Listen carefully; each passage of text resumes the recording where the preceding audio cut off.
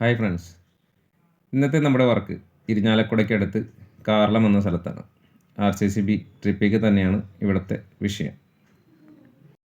2 എക്സ്റ്റൻഷനുകൾ കൂടിയിട്ടാണ് ഈ വീട് പണിതിട്ടുള്ളത്. അതുകൊണ്ട് തന്നെ 2 ഡിസ്ട്രിബ്യൂഷൻ ബോർഡ് ഈ വീട്ടിലുണ്ട്.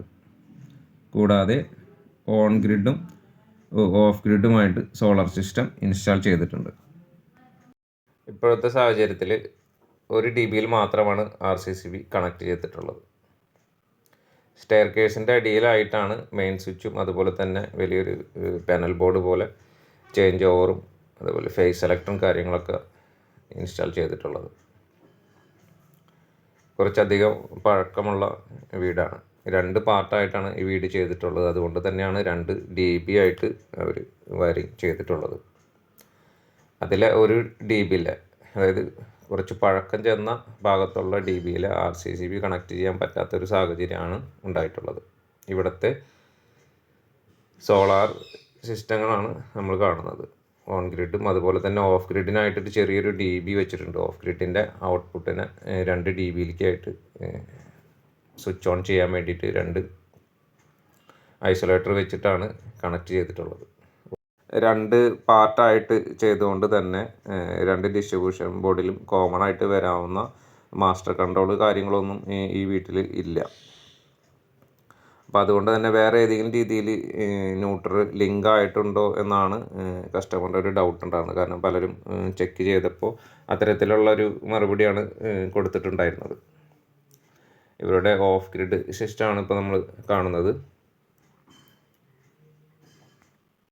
ഒരു ഓഫ് ഗ്രിഡ് സിസ്റ്റത്തിന് നമുക്ക് 2 ഡിസ്ട്രിബ്യൂഷൻ ബോർഡുകളിലേക്ക് സപ്ലൈ ആയിട്ട് കൊടുക്കണം. സോഴ്സായിട്ട് കണക്ട് ചെയ്യണമെങ്കിൽ ആ ഓഫ് ഗ്രിഡ് സിസ്റ്റത്തിനെ നമ്മൾ 2 RCCBക്കും പുറത്ത് തന്നെ വെച്ചിട്ട് ഒരു MCB ത്രൂ അതിൻ്റെ ചാർജിങ്ങും ആവശ്യത്തിനായിട്ട് സപ്ലൈ കൊടുത്തിട്ടാണ് നമ്മൾ പിന്നീട് കണക്ട് ചെയ്തത്. ഈ വീടിൻ്റെ മറ്റൊരു ഭാഗത്ത് ഇരിക്കുന്ന DB ആണ് ഇപ്പോൾ നമ്മൾ കാണുന്നത്. പഴയൊരു സിസ്റ്റത്തിൽ നിന്ന് പുതിയൊരു സിസ്റ്റത്തിലേക്ക് ആക്കിയിട്ടുള്ളതാണ്. അതുകൊണ്ട് തന്നെ ന്യൂട്രലും കാര്യങ്ങളൊക്കെ അവിടെ കോമൺ ആക്കിയിട്ടാണ് വന്നിട്ടുള്ളത്. ഇവിടെ സിംഗിൾ ഫേസിൻ്റെ ഒരു DB ആണ് കണക്ട് ചെയ്തിട്ടുള്ളത്. അദ്ദേഹത്തിൻ്റെ ആവശ്യം ഇവിടെ ഒരു KCB അതായത് ഇൻവെർട്ടർ അല്ലാത്ത ഒരു ലൈൻ ഇവിടെ വേണം, കൂടാതെ സോളാറും വേണം. അപ്പോൾ ഇൻവെർട്ടർ അല്ലാത്ത ഒരു ലൈൻ അവിടെ വന്ന് നിൽക്കുന്നുണ്ട് RCCBയിലേക്ക്. പക്ഷെ അത് കണക്ട് ചെയ്യുമ്പോൾ ട്രിപ്പ് ആകുന്നതാണ് പ്രശ്നം. അപ്പോൾ നമ്മൾ ചെയ്തത് ഓഫ് ഗ്രിഡ് സിസ്റ്റത്തിന് മൊത്തത്തിൽ 2 RCCBക്കും പുറത്ത് വെച്ചൊരു MCB ത്രൂ കണക്ട് ചെയ്തു. അതിനുശേഷം 2 ഡിസ്ട്രിബ്യൂഷൻ ബോർഡിലേക്കും നമ്മൾ കൊടുത്തു. ആ സിംഗിൾ ഫേസ് RCCBനെ മാറ്റി അവിടെ ഒരു 3 ഫേസ് RCCB വെച്ച് ഒരു സെക്ഷൻ ഒരു RCCBയിൽ ഒരു ലൈനിൽ നമ്മൾ KCB ഉള്ള ലൈനും കൂടാതെ സോളാറിൽ നിന്ന് വരുന്ന ലൈനും കൊടുത്ത് സെപ്പറേറ്റ് ചെയ്തു.